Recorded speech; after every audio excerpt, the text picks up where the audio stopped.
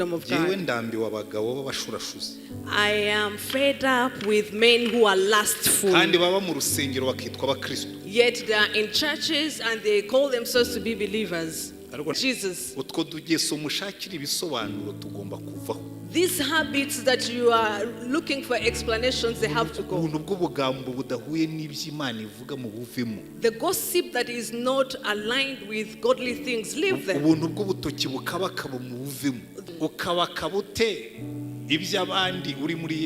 Now, how do you touch? You try to find way for the rest when you're in Christ Jesus. Why are you touching about some people's wives yet your hands are in Christ Jesus? Now, repentance is not quitting fornication. Neither to quit theft, nor gossiping, and the rest of the sins. We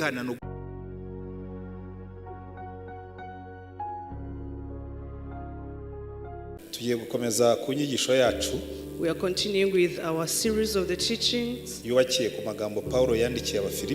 basing on the words that Paul authored to the Philippians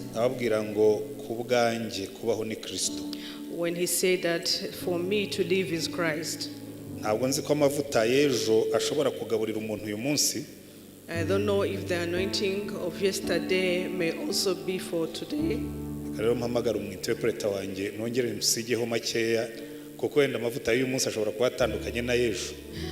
me call my interpreter to anoint her because the anointing for today is different from yesterday.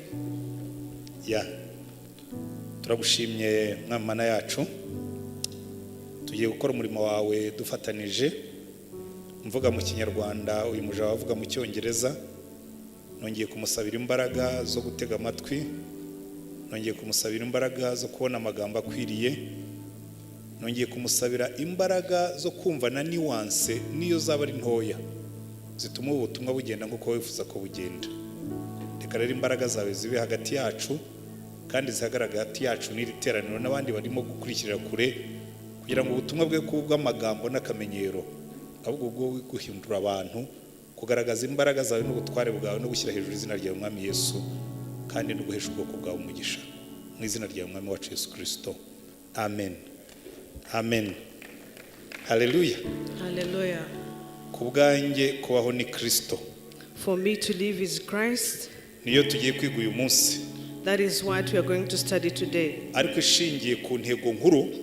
But basing on the theme ivuga ngo nshobozwa byose na Kristo umpa imbaraga, which says I can do everything through Christ who strengthens me. Ejo twarebye imbaraga mu ntege nke. Yesterday we looked about the topic of the power in weakness. Buriya hari ikintu gitangaje cyane muri Bibiliya. There's something amazing in the Bible. Paul aravuga ngo mugire wa mutima wari muri Kristo Yesu. Paul says that have the same attitude that I was in Jesus Christ. Wakurikira wajya kureba umutima wari muri Kristo Yesu. And if you see the mindset or the attitude was in Jesus Christ. Atubwira ngo Yesu. It tells us that Jesus, ngo nubwo yari Imana, though he was God likeness, he did not consider to be equal with God something to be grasped, but made himself nothing, taking the very nature of a man and also of a servant. When he was about to die, he died the death on the cross. So if you follow, it seems like a person who was above and he descended, and then went to hell. Hallelujah. Hallelujah. What amazes me because of our God, people might see you decreasing. Maybe they have pity on you. Sometimes they pray for you. But God will be like, but do you know where I'm taking them? Remember the story of Joseph? He would tell the siblings, but I feel I have a calling. I have a destination. I feel like I'll be your leader. And you? Your mother died when you're still young. Urarerwa na mukaso. And you were raised by your stepmother. Ni wowe uzaba umuyobozi wacu. Are you going to be our leader? Ariko ngo se yaramukunda. But he was favored in the eyes of his father. Ngo amugurira n'ikanzu y'amabara menshi. And he also gave him a robe with different colors. Abandi barushaho kumwanga. And then the rest hated him more. Ugire yuko ujye uvuga ko uzatuyobora. Now you are saying that you shall lead us. Atari we mukuru. You are not the older. Erega burya abantu bamugambaniye cyane. Now people betrayed him a lot. Ni bakuru be bumvaga arimo kubarya umwanya. They are the older brothers who thought that he's taking the position. Wowe uravuga ko uzaba umuyobozi wacu. You are saying that you shall be our Mu leader. yandi magambo. In other words, urashaka kuturya sigise. Now you want to be successful more than Tuzaba us. tubireba. We shall see. Baramugurisha. They sold him. Afite buriya ureko ko Imana ikora. And this is how God Abanje works. gutekereza baravuga ati ariko uwamwica. They first thought of killing him. Imana ibaca inyuma. And then God went behind. Baravuga ati ariko aho kumwica. Instead of killing him, mwamubyaje umusaruro. now just you sell him to get a benefit. Nimumugurishe. Sell him. Ajye muri Egiputa. So to be taken in Egypt. Muraba mumukiza. Now you'll be saved of him. Uwabizanye. The one who brought the idea bakuru is one of the elder brothers. bati reka tumugurishe. Let's sell him. Turakuramo cash. We are going to get money. Tube tumukiza. And now we are going to be saved of him. Barabikora. They did the same. Bamujyana muri Egiputa. They took him to Egypt. Wari kumubona agiye. The one who would see him going, Uyu mwana ni magorwa. they would think that maybe he's really in bad conditions. Ageze gupfusha nyina ari muto. Imagine he lost his mother at the young age. Bene se baramwanze. And the siblings are hating him. Baramugurishije. They are selling him off. Mu gihugu cy'amahanga. Even in a country that was not theirs. Ageze kwa Potifari baramuguze. So when he came to Potiphar's house, he was bought. Akaza gakoze neza. He did his work diligently. Abonye promotion. He got a promotion. Na nyirabuja aramubenguka. Even he was favored again in the eyes of yanze kuryamana nawe. So when he refused to sleep with the mistress, he was imprisoned because of the case. Kandi wera nimugire ngo byari byoroshye. Don't think it was something that was easy. Potiphar, because Potiphar, mbishyize mu mvugo y'uno munsi, if we may put it in nowadays, yari umukuru w'abajepe b'icyo gihe. She was the chief commander of the presidential. Buriya nkubwire uzakine n'abasirikare. Now play with the soldiers. Ariko hari abasirikare badakinishwa. But there are soldiers that you cannot dare play with. Buriya abajepe ndabubaha cyane. Now I really like the presidential guards. Ntibazagukubaganira. They will not harm you. Ariko nuzana kayogi. But if you begin to tamper with them, bazagukosora. They will correct you nicely. None utekereza kwifata bagakubwira ngo yagerageje gufata umukuru wa afandi mukuru wabo. Now imagine a scenario that he tried to rape the wife of the chief commander of the guard. Agahaba escort bagamwe ati iki gihungu mu gikosore. And then he handed him over to the escorts to do what was needed. Ubwira ko Joseph yageze muri gereza bamukosoye. I believe Joseph went to the jail when he was really corrected. Ningera mu ijuru nzamubaza uko byari bimeze. If I go to heaven, I'll ask him how it was. Buriya dufite stories tuzajya tutubwirana. We have stories that we shall be telling one another. Bamujyanye muri gereza. They took him to jail. Icyo abantu batari bazi. What people did not know nuko inzira imanuka ijya muri kasho yo muri gereza is that the way to the jail, niho inzira yanyuraga igana ku ntebe yo kwa Farao. It was the same path to the seat at the prime minister. Buriya na Yesu uko byari bimeze. And the way it was to Jesus, umunsi bamumanika, the day he was hanged, Satani ashobora kuba yarakoresheje umunsi mukuru. Probably the devil celebrated. Ariko yaba arasomye neza muri Yesaya 53. But when you read carefully in Isaiah 53, yari kumenya ngo kuri kiriya giti, he said that on the cross, kuri kiriya giti, on that tree, niho ubwami bwawe buzarangirira. That is where your kingdom shall be finished. Hallelujah. Niyo mpamvu bamaze kumubamba. That is when they had crucified him. Satani yarabyibutse. The devil remembered that. Mugende mumubwira ave ku musaraba, ni mumubwira amanuke. Now tell him to get off the cross. Abantu batangira kumubwira ati niba uri umwana w'Imana amanuka turebe. People began to say, like, if you're a son of God, please descend and we see. Arangije aravuga atoya. I was like, no. Birarangiye. It is finished.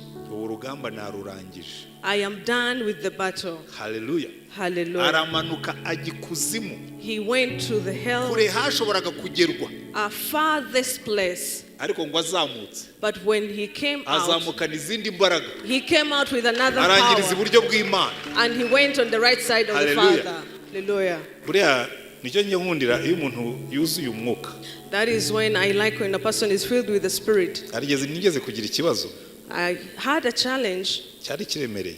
It was a very big burden. None umuntu abwira undi, And then a person told the other. Antoine yajyaga yirata Now, Antoine used to boast. ngo ariko buriya But now, ngo noneho right now, ngo ibi ngibi the things that are birasiga happening, bwataraye hasi nk'igihaza bakubise ku butaka. now he's going to remain as if it's a pumpkin thrown on the floor. Umuntu araza arabimbwira, A person came and kanaka told me, mupfiye.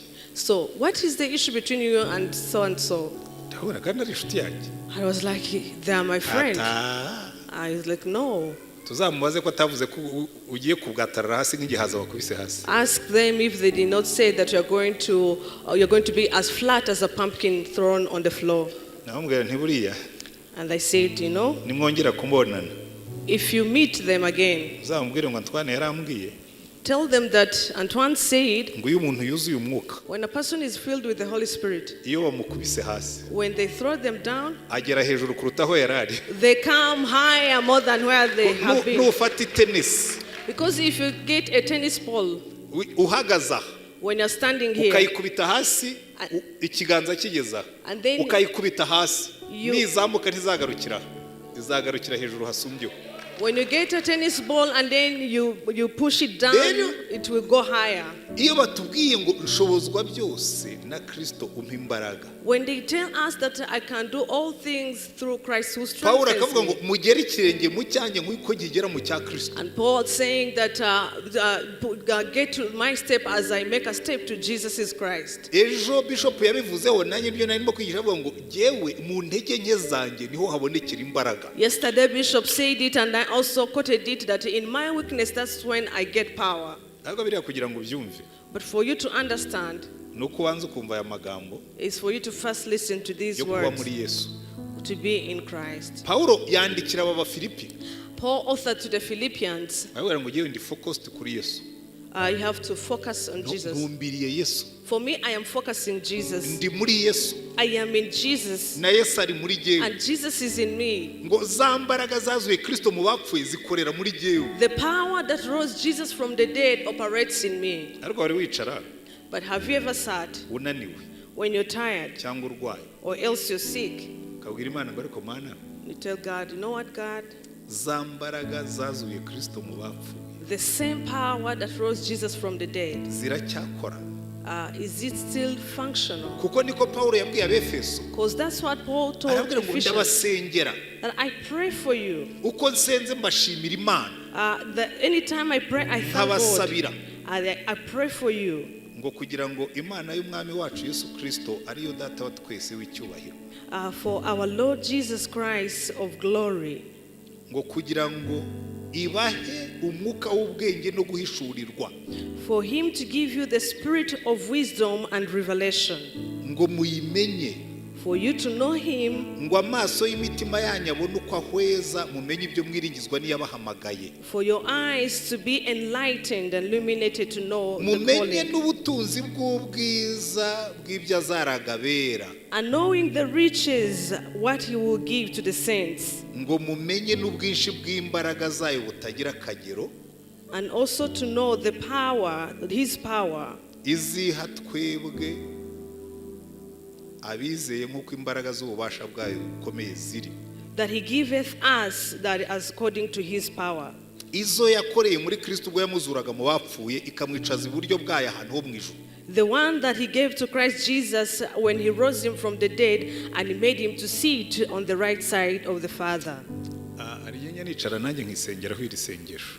Sometimes I sit and I pray to myself this prayer. It's one of my best prayers. Ni rimwe mu masengesho yanjye nkunda cyane. Icara nkabwira Imana, To sit and tell God, mu mwuka w'ubwenge no guhishurirwa, give me the spirit of wisdom and revelation.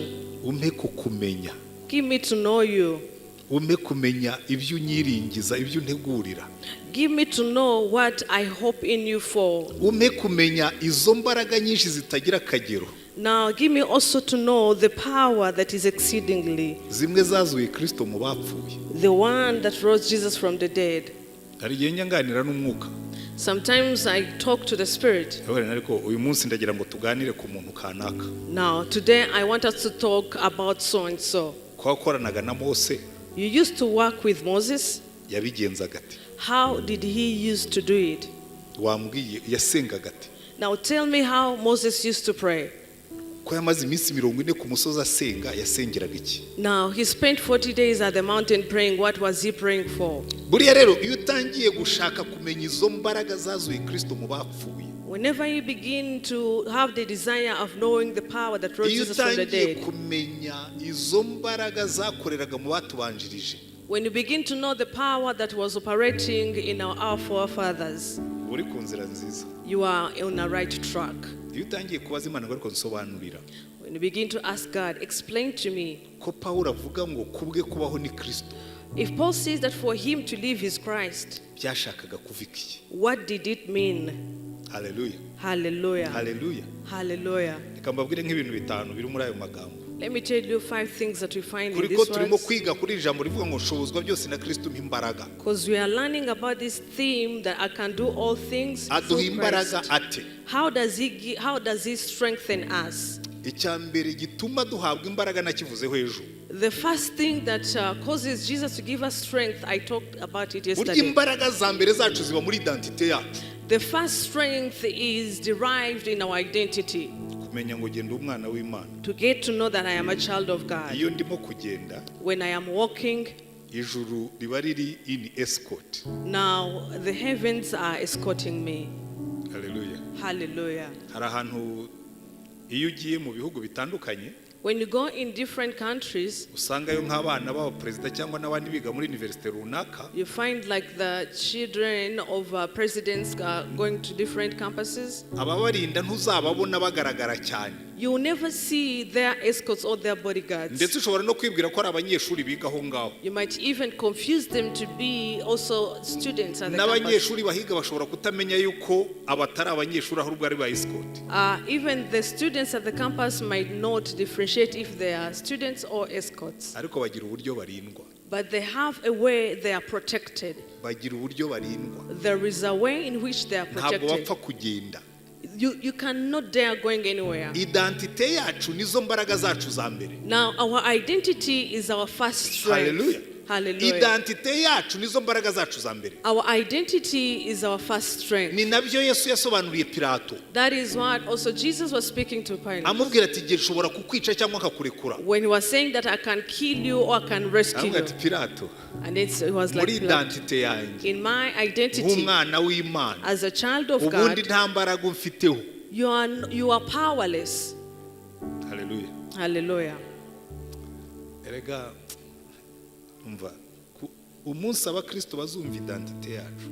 The day the believers will understand our identity, that is when we shall get the strength. Because the strength or the power of having self-confidence will come out of your identity. When you get to know that you are a child of God, heaven is watching over me. You get to know that there is power that comes from that. But when Jesus began to teach, he began saying that repent because the kingdom of God is close. We preach this word in a wrong way. I am going in depth of it for me to understand it. Now, repentance is not quitting fornication. Neither to quit theft, nor gossiping, and the rest of the sins. Now, repentance, it is to change your mindset. You change the way the attitude you see yourself. ugahindura uburyo ubona abantu, And then the way you see others. ugahindura uburyo ubona ibintu, The way you see the attitude according to ugahindura things. uburyo ubona ibibaho, And also the attitude you have towards the living things. ukajya ubireba nk'umwana w'Imana. You see them as a child of Hallelujah. God. Kuko ubundi burya Imana irema umuntu, Because when God created a human being, yaramubwiye ngo wimenyereze ibiri muri iyi si byose ubitegeke. now have dominion and control everything in this world. Uzi ikintu navumbuye? This is what I discovered. Abantu bibwira ngo yarabwiye ngo bimenyereze ibiti n'ibyatsi n'ibindi byose. People think that he said that have control on the trees and the rest of the Bihera living no kuri wowe things. ubwawe. It begins with you personally. Wimenyereze uyu mubiri wawe uwutegeke. You control your body. Wimenyereze ibitekerezo byawe ubitegeke. Control and rule your mind. Ubundi hari ibitekerezo bitagombye guca mu bwonko bw'umwana w'Imana. There are such thoughts that should not even cross in the mind of a child Byaca of mu God. mutwe wawe ukabwira ngo umva iki gitekerezo ntabwo ari ikiwacu, Now, kibi cy'ahandi. if it comes to your mind, immediately say, this is not from our home, it is for the Ariko rest. kubera ko twavutse twanduye, But because we were born when we are already sin in a sin, umutima wacu ushukana kuruta ibintu byose, niko Bibiliya ivuga. our heart is deceitful, that is what the Bible says. Umutima wacu ni nk'ishyamba rinini Our heart is like a big forest ririmo ibinyamaswa byinshi that has many animals. bipfunuka ukibaza niba byari biri muri wowe. Now, if they get out, you begin to wonder if they were there. Niyo mpamvu Yesu yatangiye avuga ngo mwihane, mu yandi magambo muhindure uburyo mutekereza. That is why Jesus began saying that repent. In other words, change your mindset Mwinjire mu bwami bw'Imana. and you come to the kingdom of God. Kubera ko identite yacu nizo mbaraga za mbere tugira. Because our identity is the first strength we have. Ntabwo twitwa abana b'Imana gusa. We are not only called the sons Yohana and yavuze ngo children murebe of God. urukundo ruhebuje data wa twese yadukunze. John said that, behold, see the love that the Father loved us, Ngo rwatumye twitwa abana b'Imana. that made us to be called the sons of God. Umva, ntabwo twitwa abana b'Imana gusa. We are not only called the sons of God, Ahubwo akongeraho ngo kandi koko niko turi. and says that so it is. So ubwo turi abana b'Imana, So if we are the sons and daughters of God, twabiboneye muri Kristo Yesu. we got this in Christ Jesus. Duhamagarirwa gutekereza nk'abana b'Imana. We are called to have the same attitude, the Duhamagarirwa mindset. kubaho nk'abana b'Imana. We are called to live like children of God. Hariya numva abantu bambwira ngo rega ngo ibyaha byaratunaniye. Sometimes people tell me that, you know what, we have failed because of sins. Ibyaha byarakunaniye. You have failed really because of sins. Gusambana byarakunaniye. You have failed totally because of fornication. Muzanyumva kenshi nkubita icy'ubusambanyi kuko ni nacyo cyaha cyoroshye kugikontorora. Now, you shall listen to me several speaking about fornication because it is the sin that is controllable. Ni icyaha gisaba kugitegura, You have to plan about it. ni icyaha gisaba kwihisha, It is sin that needs you to hide. ni icyaha gisaba kwiyambura imyenda. You'll need to unclothe yourself. Izo ntambwe zose ujya ni icyaha gisaba kwemeza n'uwo muri busambane. It is also needs you to convince the one you are going to sleep with.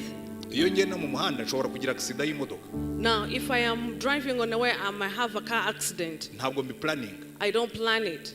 Ariko nujya gusambana, But if you're going to fornicate, bizagusaba kubanza kubitekereza, you'll think about it. bigusabe kubibwira uwo muri busambane, You'll need to tell the person you're going to fornicate. bigusabe kubanza ukabimwemeza, You will also need to convince them. muteguriraho mubikora, You prepare a place where to do muhane it. randevu mujyeyo, You have an appointment to reach the mujye mu place. cyumba mukinga urugi, You go in a room, you close the door, mwiyambura imyenda, you unclothe yourselves, musambane.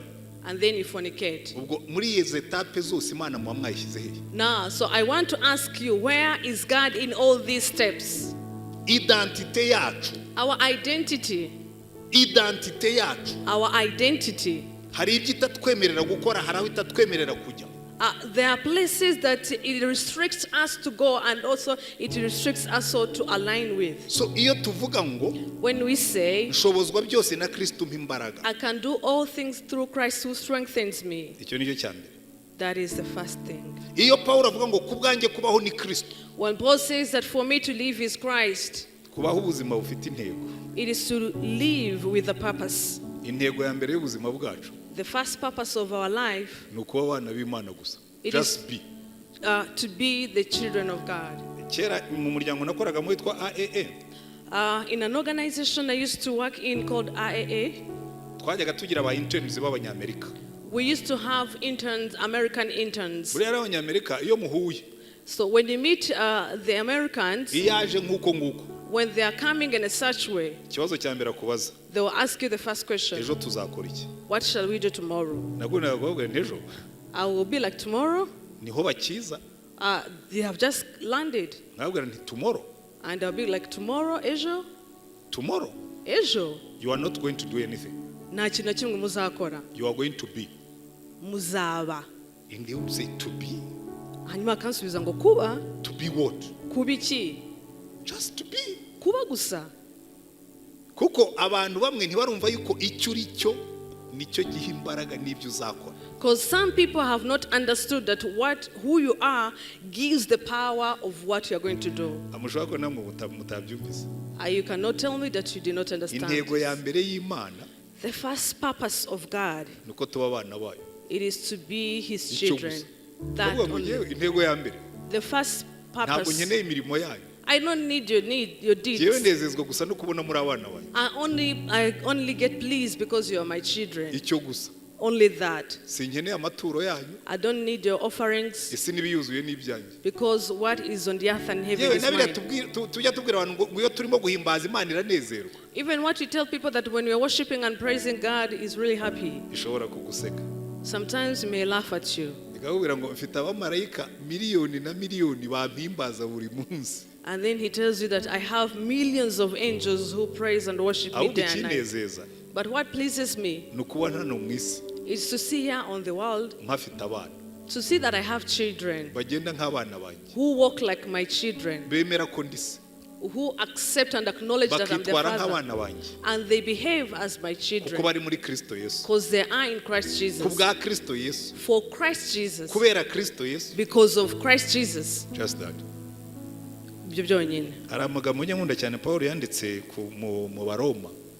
There are some words I like Paul authored in Romans chapter 8 verses 29. Let's begin with verses 28 for you to understand. Kandi tuzi yuko kubakunda Imana byose bifataniriza hamwe kubazanira ibyiza aribo bahamagawe nkuko yabigambiriye. Shall I read? Yes. And we know that in all things God works for the good, and those who love Him, who have been called according to His purpose. Twahamagawe kuko yabigambiriye. We were called according to His purpose. Kuko bayamenye kera yabatoranirije kera gushushanywa n'ishusho y'umwana wayo kugira ngo abe imfura muri bene se beje. For those God foreknew, He also predestined to be conformed to the likeness of His Son, that He might be the firstborn among many brothers.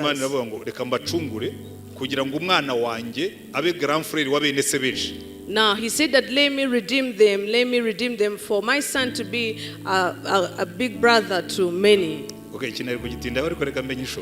Let me stop from here, but maybe I'll come back on it. I can do all things through Christ who strengthens me. For me to live is Christ. So, kubwanje kubaho ni Kristo nukuvuga ngo kubwanje kubo ndiwe nuko Kristo yangize ondiwe. Now it means for me to be who I am, it is because Christ made me the person I am. Icyakabiri. Second, buriya imbaraga zacu, our strength, intego y'ubuzima bwacu, the purpose of our life, iva mu kuba ducometse muri Kristo. It comes from us being connected to Christ. When Paul said that for me to live is Christ, sometimes you see the leaves of a tree, or else you see a branch. They might tell you the reason as why I live. I am connected in the stem. For me to live is Christ. All my strength, all the beauty, they come from Christ. When the believers at our church were doing a farewell to me, they really spoke good words. And I said, let me tell you, brethren, if it wasn't Jesus, a different story. you'll be speaking about a different story. Inkuru mwari kuba muvuga zari kuba zitandukanye nizo mwavuze. You'll be speaking of a different story of what you're saying today. Mubona Bishop wicaye aha ngaha. Do you see Bishop who is seated here? Iyo ataba Yesu. If it wasn't Jesus, ubu inkuru yari kuba afite muri uyu mujyi. Now the stories he would be having, zitandukanye nizo afite uyu munsi. They would be different from what he has today. Twese iyo bitaba Yesu. All of us, if it wasn't Jesus, ntabwo tuba turi hano. We wouldn't be here. Hallelujah. Hallelujah. None Pawulo avuga ati mujye mureka kubwanjye kubaho ni Kristo. Paul was like, for me to live is Christ. Kubera ko intego z'ubuzima bwanjye nzishobozwa no kuba ndi muri Kristo. Because I can only manage the purpose of my life when I am in Christ. So intego ya mbere y'ubuzima bwacu ni ukuba muri Yesu tukagumamo. Now, the first purpose is to dwell in Christ Ndagira ngo Jesus. bimubyumve neza. I want you to understand this clearly. Kuko twamenyereje abakristo. We have made it so familiar to the believers gutekereza mu buryo bw'ibyo bakora. To think according to what they do. Aho gutekereza mu byo bari byo.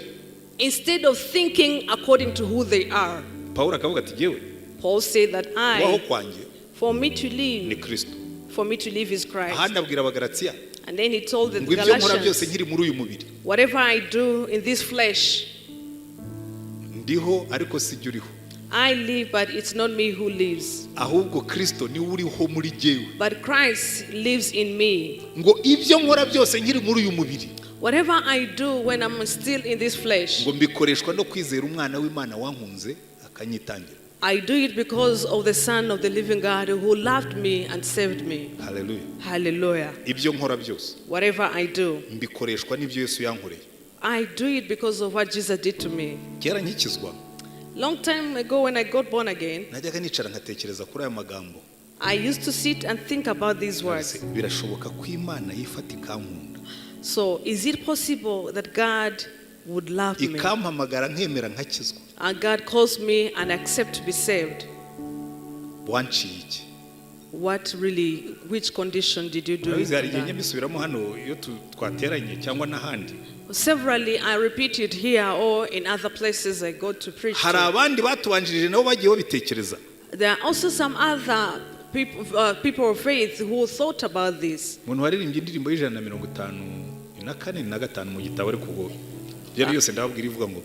Yesu nguhagaze imbere nibaza binyobeye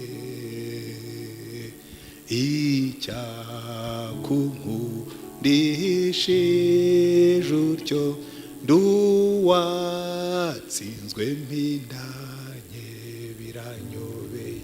biranyobeye birantangaza nzajya mbitangarira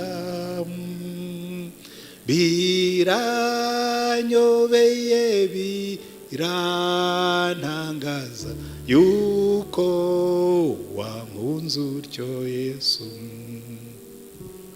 wishyize ibyaha byanjye bihinduka nk'ibyawe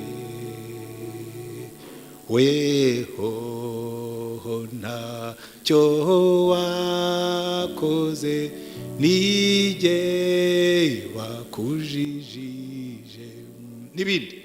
Iyo utangiye gutekereza in depth ukibuka ibyo Yesu yagukoreye, when you begin to think in depth and you remember what Jesus did to you, imbaraga ziza muri wowe zo kumukorera. The strength comes in you to serve him. Rero iyo Pawulo avuga ngo kubwanjye kubaho ni Kristo. When Paul says that for me to live is Christ, ndakora kubera ko Kristo yancunguye ngo nkore. I serve because Christ redeemed me to serve. By the way, ntabwo dukora ngo tuzabone ijuru. We do not serve for us to get heaven. Icyo nukumva nabi. Now that is ijuru riza mu ipaki y'agakiza. Heaven comes in the package of salvation. The day I'm saved, umunsi nakijijwe, I become a child of God, ngahinduka umwana w'Imana, and the heaven becomes my home. Nukuvuga ngo ijuru rihinduka iwacu. I don't work for heaven. Ntabwo nkorera ijuru. I'm a citizen of heaven. Ahubwo ndi umuturage w'ijuru. Hallelujah. Hallelujah.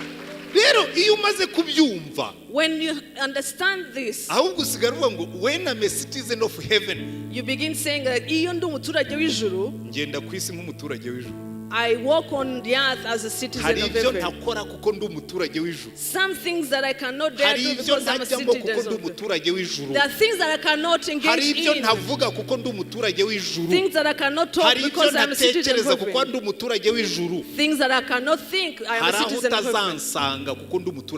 There are places you never find me in because I'm a citizen of heaven. Hallelujah. Hallelujah.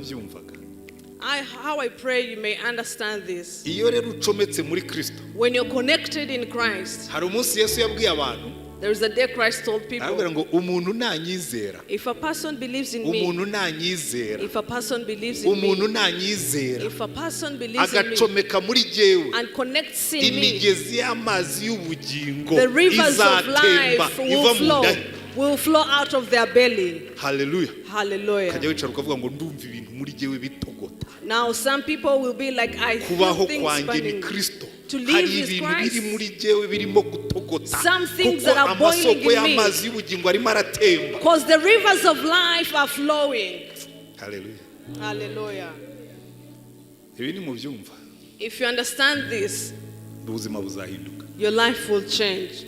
Kuko igihe hari ibintu mbona abantu bivuna bakigora ngo ibyaha byaratunaniye uretse ibyo bivuno bito by'ibyaha abite muri Kristo Yesu. Now whenever I hear people say that they have failed because of sins, I wonder how do they fail when they're connected in Christ.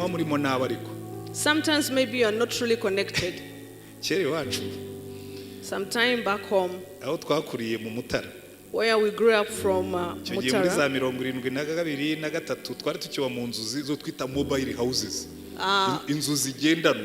Now it was back in 72 or 73 we used to live in mobile houses. Now the houses, you burn only the trees and then you surround them with some harsh grasses.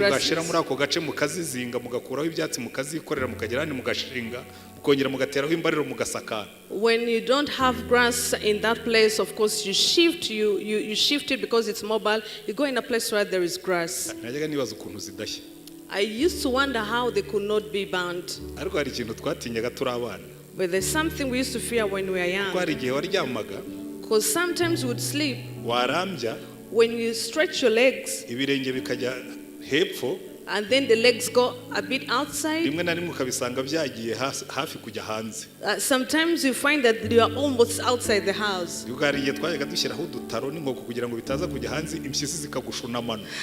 Sometimes we would put baskets so that the bears would not eat.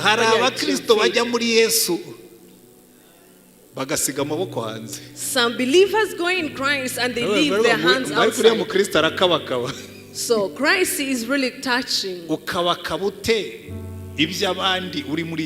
Now how do you touch? You try to find for the rest when you're in Christ Jesus. Why are you touching about some people's wives yet your hands are in Christ Jesus? And I'm not even humiliating some people. In this country, we went for a conference.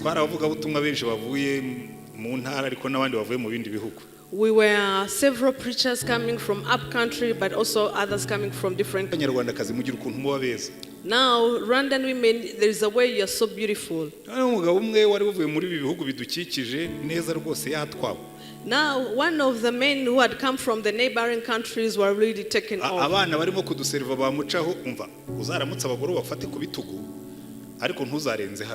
Now, if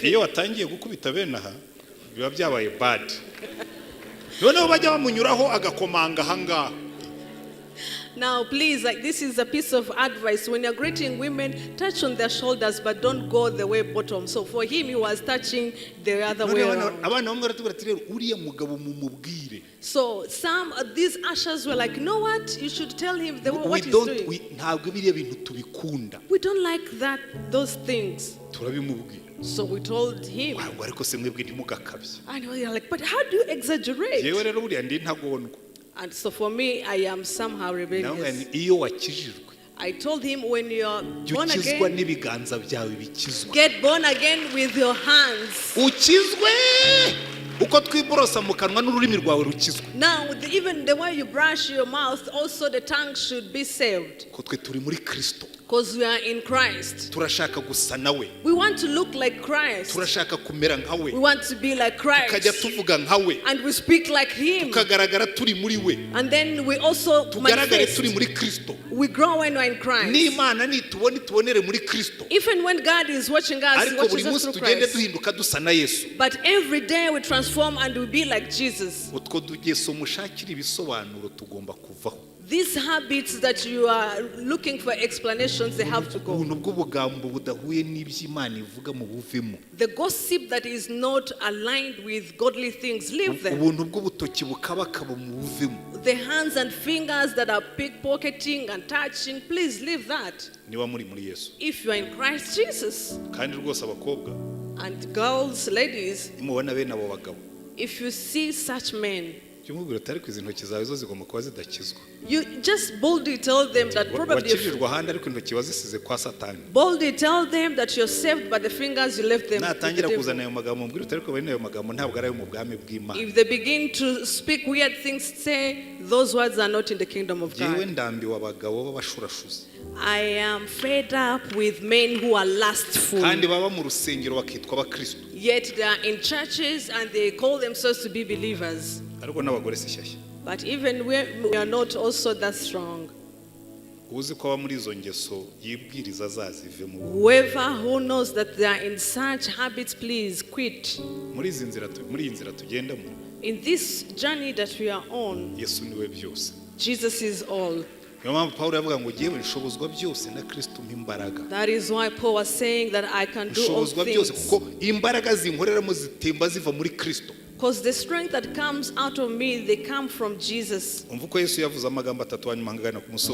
then 3 words Jesus said, and we get to a conclusion. I am the vineyard and you are the branches. Which means that we feed from him. But John authored it in his first chapter. But what is filled in him? Are you listening? What is in him? He gave us according to that. It is grace upon grace. What is in him? It is what overflows. What is filled in him? It is what makes us operate. What is filled in him is what operates in us. So it is Jesus and he overflows in us. He overflows and then he will also give it out. Hallelujah.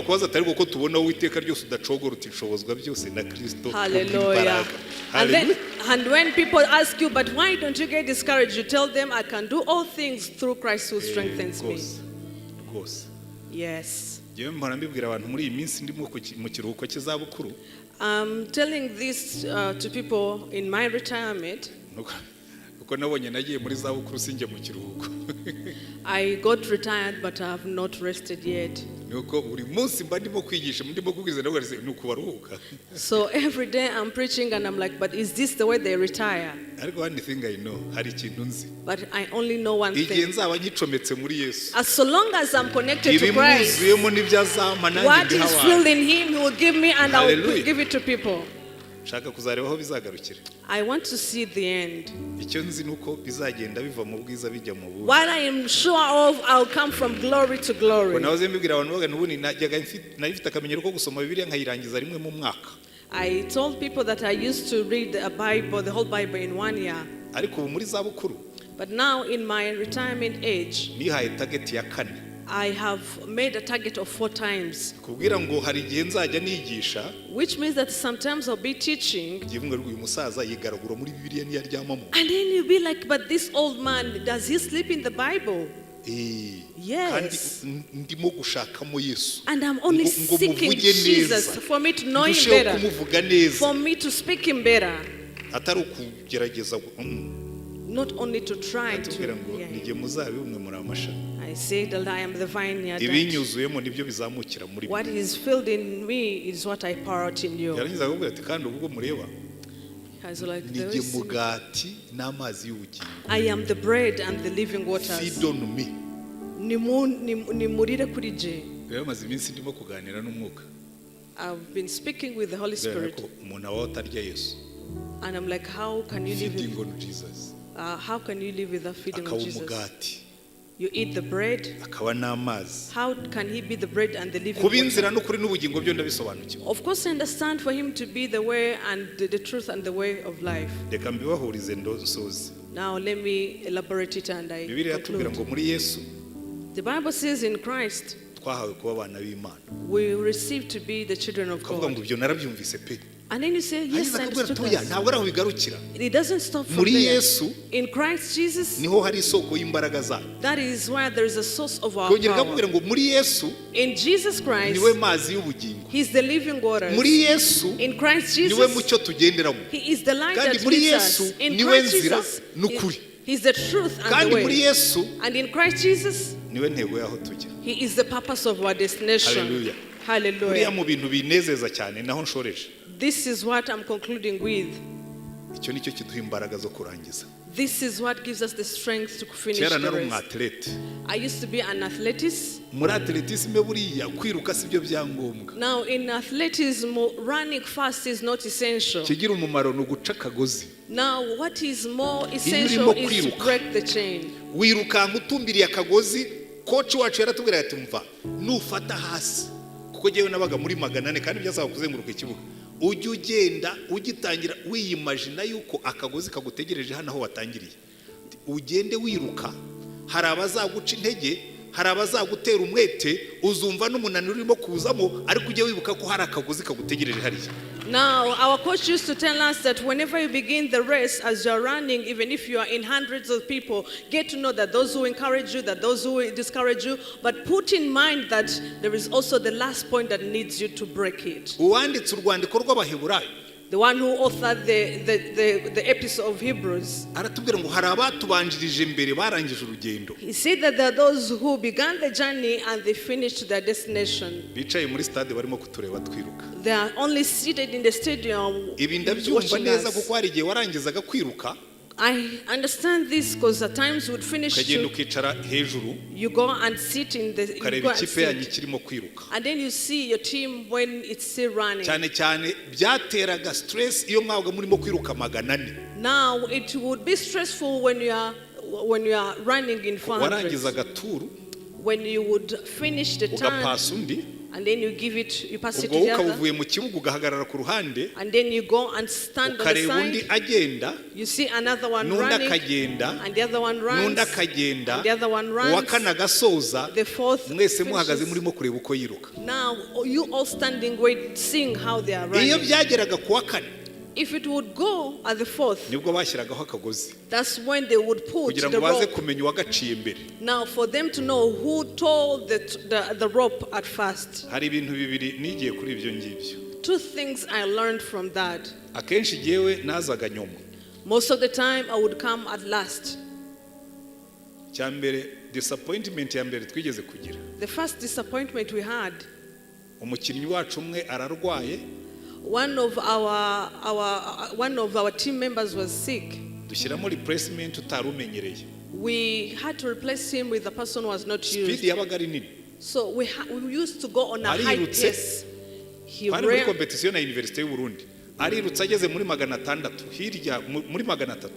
Now he was running, and then when he reached at the 300, now the first two had really put their effort and had given a good distance. And then the other one began to slow down.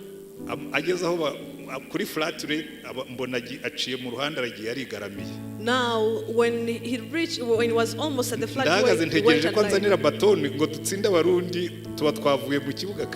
now I was really anxious that we are going to defeat Burundians, but from that moment we are out of the game. I cannot forget that scenario after so many years. I really imagine Paul, Peter, John Wesley, John Wesley, n'aba Billy Graham, men like n'aba Bonke, like Bonke. bicaye bavuga ati biriya generation twasize batoni rayizana tu. Now the generation you have left, I believe they're going to bring the reward, the crown. And then they see like even a person like Dr. Cannon, and then they are lying there. Oh, so it gives me the courage to finish my race up to the destination. But what is more beyond everything? It is the story of Stephen. We know that Jesus is the beginning and the end. The time they were stoning him, they were stoning Stephen. He was like, bear with me shortly, I want to tell you something. I see heavens opening. I see the Son of God rising. I'm seeing him seated on the right side of the Father interceding. But he was standing. Stephen was standing. Do you know what he was doing? He was on the door to wait for Stephen. I imagine Jesus standing on the door side. And then see Stephen coming. And then hands him the shake and be like, Stephen, congratulations. Wakoze neza. We saw you running the race. We saw you speaking good of me. We saw you standing in the court. When people were looking at you, where they are gnashing their teeth. But for you, you looked like an angel. I saw you praying for them. And I was like, Yego. This one has been like me. I saw you when you were being stoned. You did not gnash your teeth. Congratulations. You come to the end. Buriya rero imbaraga zishobora kugutera kugira imbaraga zo gukorera Imana no kugenda ukarangiza. What may motivate you to have the strength to serve the Lord till the end? Nugutekereza ko Umwami azakubwira ngo felicitation. It is to think that the Lord will congratulate you. Rwose nyambwira Yesu. I usually tell Jesus, ariko nindangiza urugendo, when I finish my race, nanjye uzampe treat. Also give me a treat. Usanye uhagaze ku muryango. I should find you standing on the door side. And you congratulate me. Now this one, it makes me to be cautious. And I get all things to think by Jesus. And He gives me strength. I should not get discouraged to lie down. And I say, I will meet my King and He's waiting me at the roadside. And one of the good things at that place, there is no competition. What He inquires you of, what He requests you, what you are inquired of, it is only to finish the race.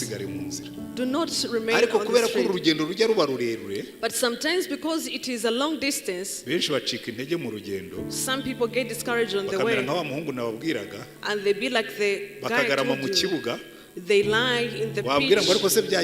If you ask them what happened, and like, you know this journey, it's really discouraging. But Jesus is waiting for us. At the end of the journey. And He's at the end of the journey. The one who authored Hebrews, that as we are surrounded by the cloud, those who walked it and finished the race, let's remove everything that burdens us, and even any sin that may wrinkle to us. And let's also rest where we are continuing. And we are focusing to Jesus. Hallelujah. Hallelujah.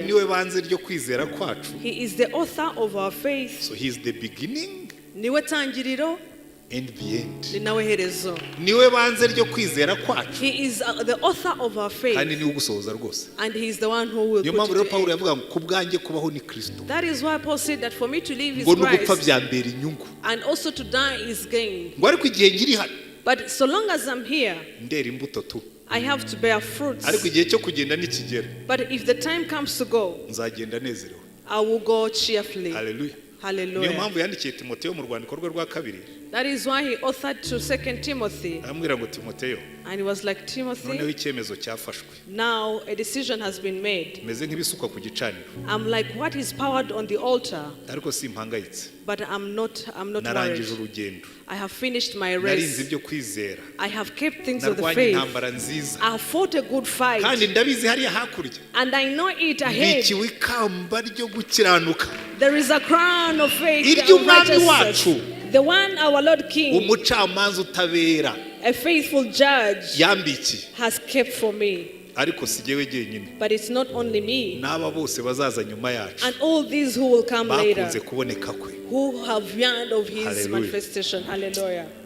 Murabyumva ariko Are you listening this? murabyumva nk'uko mbyumva Are you understanding the way I'm ujya wumva urimo understanding? gusubizwamo imbaraga kubera ibyo ngibyo Can you be encouraged because of these words? ukavuga ngo umva rero Yesu And he said, Jesus, sinzaguhemukira I will not betray you. sinzava mu nzira I will not leave the way. sinzakebakeba I will not look the other way around. ndabizi urantegereje I know you're waiting for kandi me. ningera imbere yawe And if I come before you, sinzakorwa n'isoni I will not be put to shame. sinzakorwa n'isoni I will not be ashamed. kandi igihe nyiri hano ku isi So long as I'm still here on the earth, sinzagukoza isoni I will not dishonor you. sinzagukoza isoni mwami I wanjye will not ashame you. I will not disown you.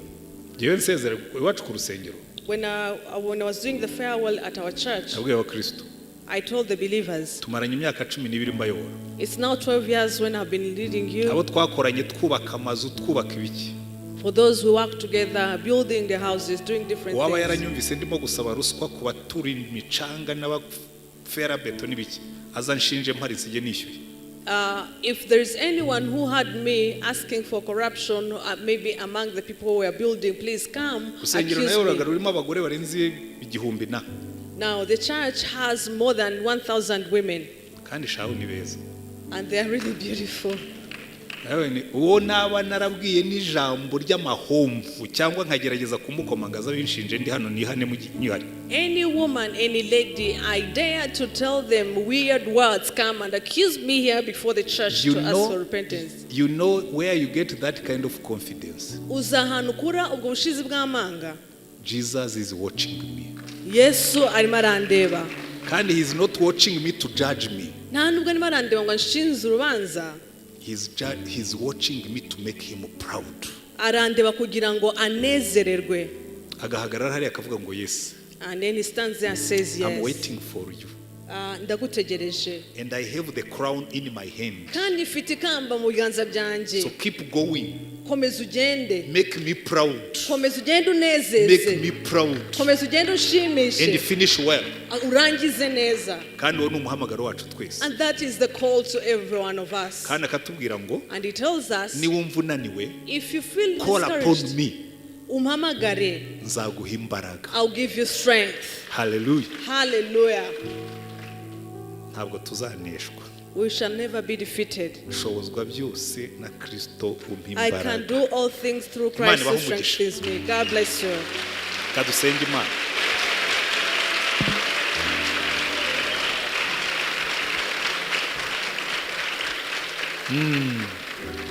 Hallelujah. Hallelujah. Ejo Tomorrow tuzakomeza. we shall continue. Tuziga amagambo 3 We are going to learn 3 words aduha imbaraga. that gives us strength. Ubuntu bw'umwami wacu Yesu Kristo. May the grace of our Lord Jesus N'urukundo Christ rw'Imana Data and the love of the Holy Spirit no gufatanya n'umwuka wera. and the fellowship of the Holy Spirit. Hallelujah. Hallelujah. Turagushimye mwami Mana yacu. Our Lord, we thank you, we celebrate Iyo you. dutekereje ibyo wadukoreye, When we think of what you did to us, iyo dutekereje abo watugizeho, when you think of who you made us to be, iyo dutekereje ibyo watubikiye, when we think of what you have desired iyo for us, dutekereje imbaraga uduha, when we think of the strength you give us, Lord, biraturenga.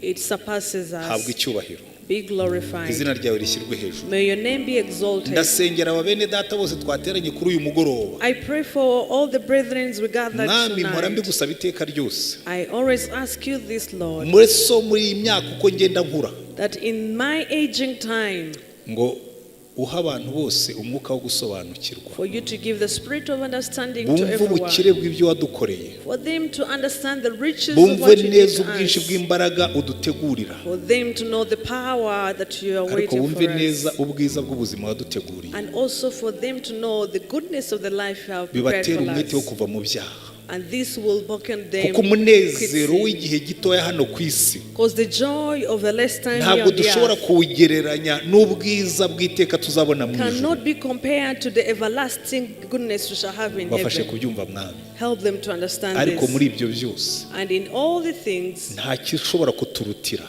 nothing can be greater kuzabona mu maso h'umwami wadupfiriye. to see in the face of our Lord Jesus who Utwihishurire redeemed us. May you reveal yourself to us. utwimenyeshe Mwami, May you reveal and manifest yourself utwongerera to us. imbaraga mwuka wera, Increase the power of the Holy kugira ngo Spirit duheshe umwami wacu icyubahiro, for you to glorify our kandi aho King. tugenda hose And wherever we go, ubwoko bwe buhabwa umugisha, may your people be blessed. mu izina rya mwami wacu Yesu In Kristo, the name of our Lord Jesus Christ. amen. Amen. Imana ibahe umugisha.